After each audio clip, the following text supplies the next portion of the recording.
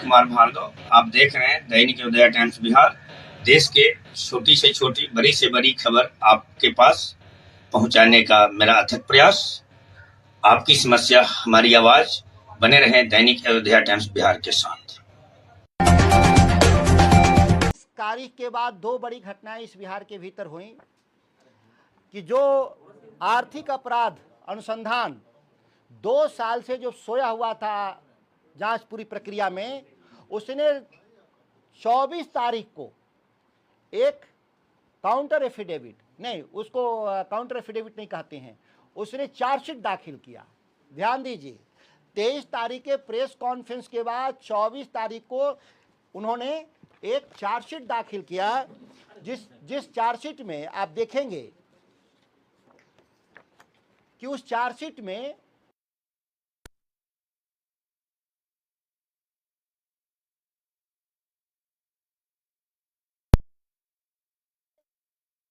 या जिन पर अपराध हुआ था उस मामले में पुनः एक उन पर चार्जशीट दाखिल किया गया। उस विषय को बहुत ध्यान से गौर करिए, किस तरीके से सरकार पूरे जो ईडी का जो काउंटर एफिडेविट है उस पर अभी तक कोई भी सुनवाई करने से इनकार कर दिया। दो उसमें बहुत महत्वपूर्ण साक्ष्य याद रखना होगा।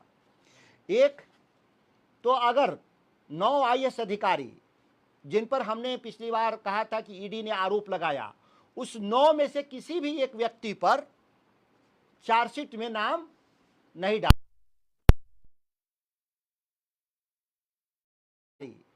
जिन पर हमने पिछली बार कहा था कि ईडी ने आरोप लगाया, उस 9 में से किसी भी एक व्यक्ति पर चार्जशीट में नाम नहीं डाला।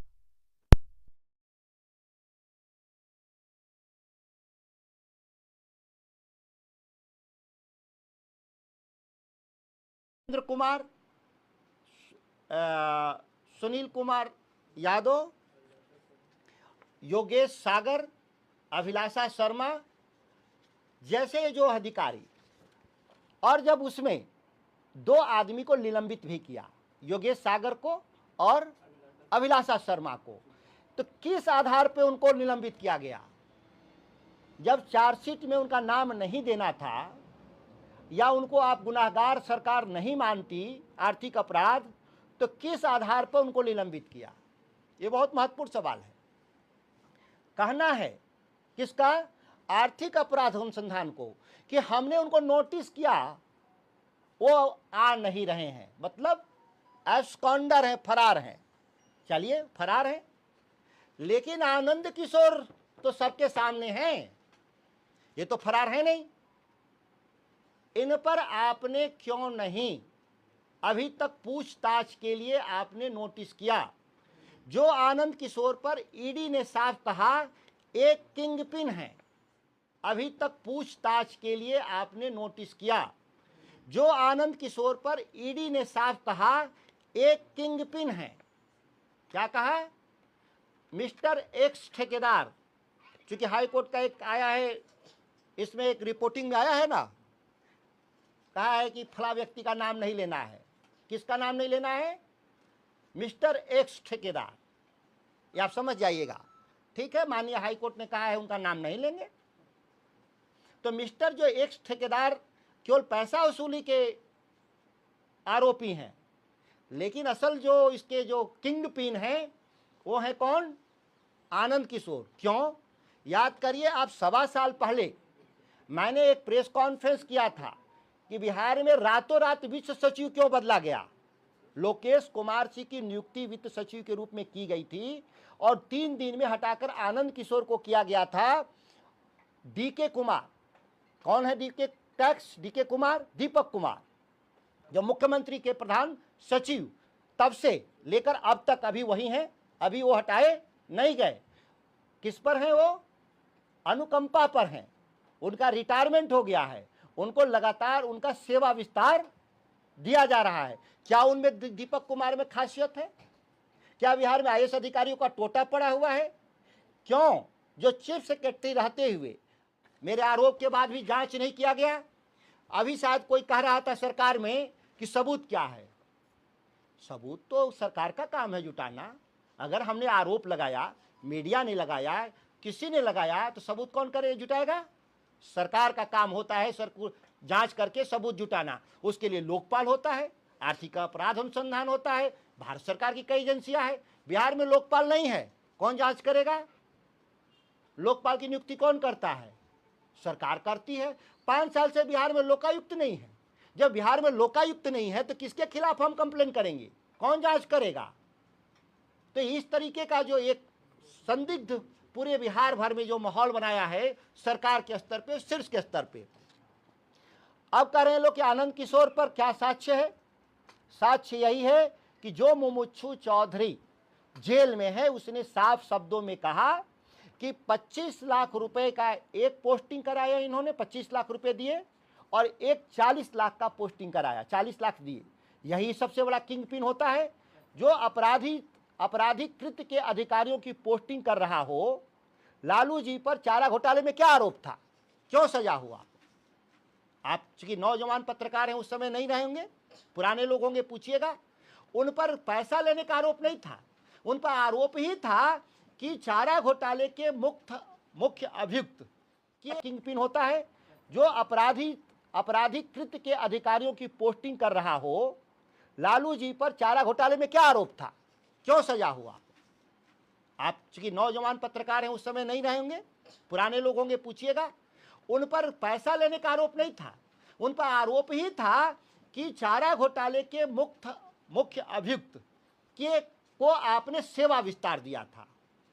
तो जब लालू प्रसाद जी को सेवा विस्तार के आधार पे सजा हो सकती है, तो इस घोटाले में शामिल जो तमाम अधिकारी हैं, जो इसमें कई लोग सेवा विस्तार पर हैं, जैसे तारणी प्रसाद के पास कितना नगद मिला? 11 करोड़। कितना? अभी तो हाल ही की बात है ना।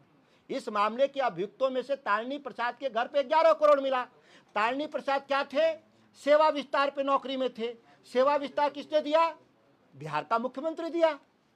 तो सवाल यह है कि मुख्यमंत्री से आपने कोई पूछताछ किया? जब आपके पास साक्ष्य था ईडी के पास, और ईडी का भी खेल देखिए, ईडी तब कब सक्रिय थी? 21-22 में सक्रिय हुई।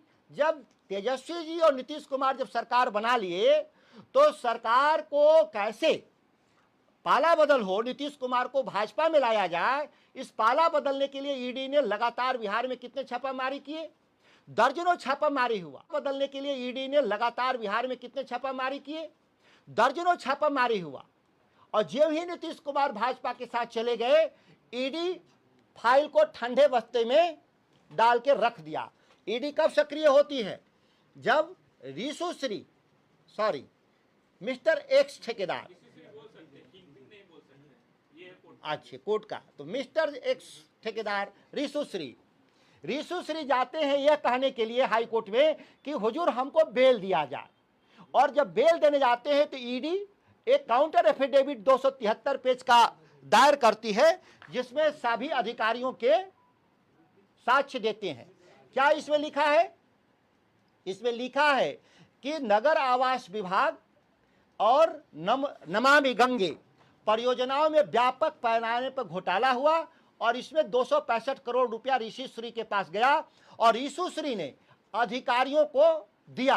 किन अधिकारियों को दिया? नगर विकास विभाग के अधिकारियों को, राजनीतिक नेताओं को, और वित्त विभाग के अधिकारी को दिया। लिखा है कि नहीं? तो वित्त विभाग का कौन अधिकारी है? वित्त सचिव कौन है? को दिया। लिखा है कि नहीं? तो वित्त विभाग का कौन अधिकारी है? वित्त सचिव कौन है? आनंद किशोर। 10 दिन पहले तक बिहार के वित्त सचिव कौन थे? आनंद किशोर, जिनके बारे में मैंने 1.5 साल भी पहले कहा था कि यही असल घोटाले के सबसे मुख्य कर्णधार हैं। और जहां जहां गए, जहां जहां चरण पड़े, वहां वहां बंटाधार। ये जहां जहां साहब के चरण पड़े, वहां वहां उन्होंने बंटाधार किया। ये मैं उन पर आता हूं, दूसरे विभाग का, शिक्षा विभाग का भी आऊंगा। पहले हम इसको इसलिए कह रहे हैं कि कल 24 तारीख को आर्थिक अपराध अनुसंधान विभाग ने जो चार्जशीट दाखिल किया, वो इसका जिक्र नहीं किया। इसमें किसी भी अधिकारी का दंड उन्होंने चार्जशीट में नाम नहीं डाला। तो क्या ये मानता है आर्थिक अपराध अनुसंधान कि इसमें कोई दम नहीं है, ये फर्जी दस्तावेज है जो भारत सरकार की जांच एजेंसी ने कहा है, सबूत सहित कहा है। क्यों?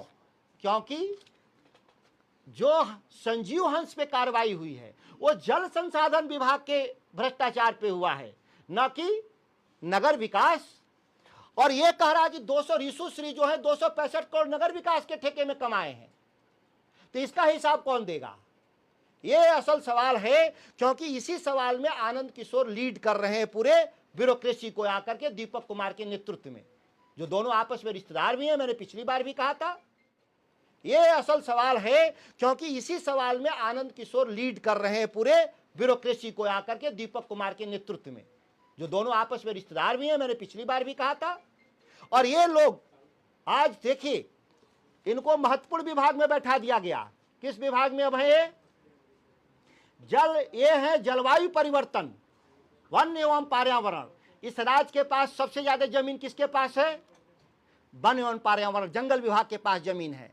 इसलिए बैठाए गए हैं कि अब ये जमीन सरकार का उद्योगपतियों को देंगे, जंगल कटवाएंगे, इसलिए इनको वहां बैठाया गया। क्योंकि अब इस राज्य में भ्रष्टाचार करने के लिए पैसे अब सरकारी खजाने में है नहीं। यह भी सत्यापित तथ्य है कि ये जब वित्त सचिव बने 2,36,000 करोड़ रुपए कर्ज था, 2,36,000 कर्ज था। और ये जब वापस गए तो कर्ज कितना हो गया बिहार पर? 4,81,000 करोड़, मतलब लगभग 2 लाख करोड़। इनके रिजीम में 2 लाख से करोड़ से भी कुछ ज्यादा, करीब 2 गुना ये इनके रिजीम में कर्ज बढ़ता है। क्या कर्ज आया किस काम के लिए? बिहार के डेवलपमेंट के लिए। कौन विभाग डेवलपमेंट विभाग है? नगर विकास विभाग, वित्त विभाग, ये तमाम विभागों में आप देखेंगे तो ये आनंद किशोर घूमते रहे हैं और सारे जगह घोटाले का इन्होंने पृष्ठभूमि तैयार किया। ऋषुश्री का जो पहला जो कॉन्ट्रैक्ट है वो शिक्षा विभाग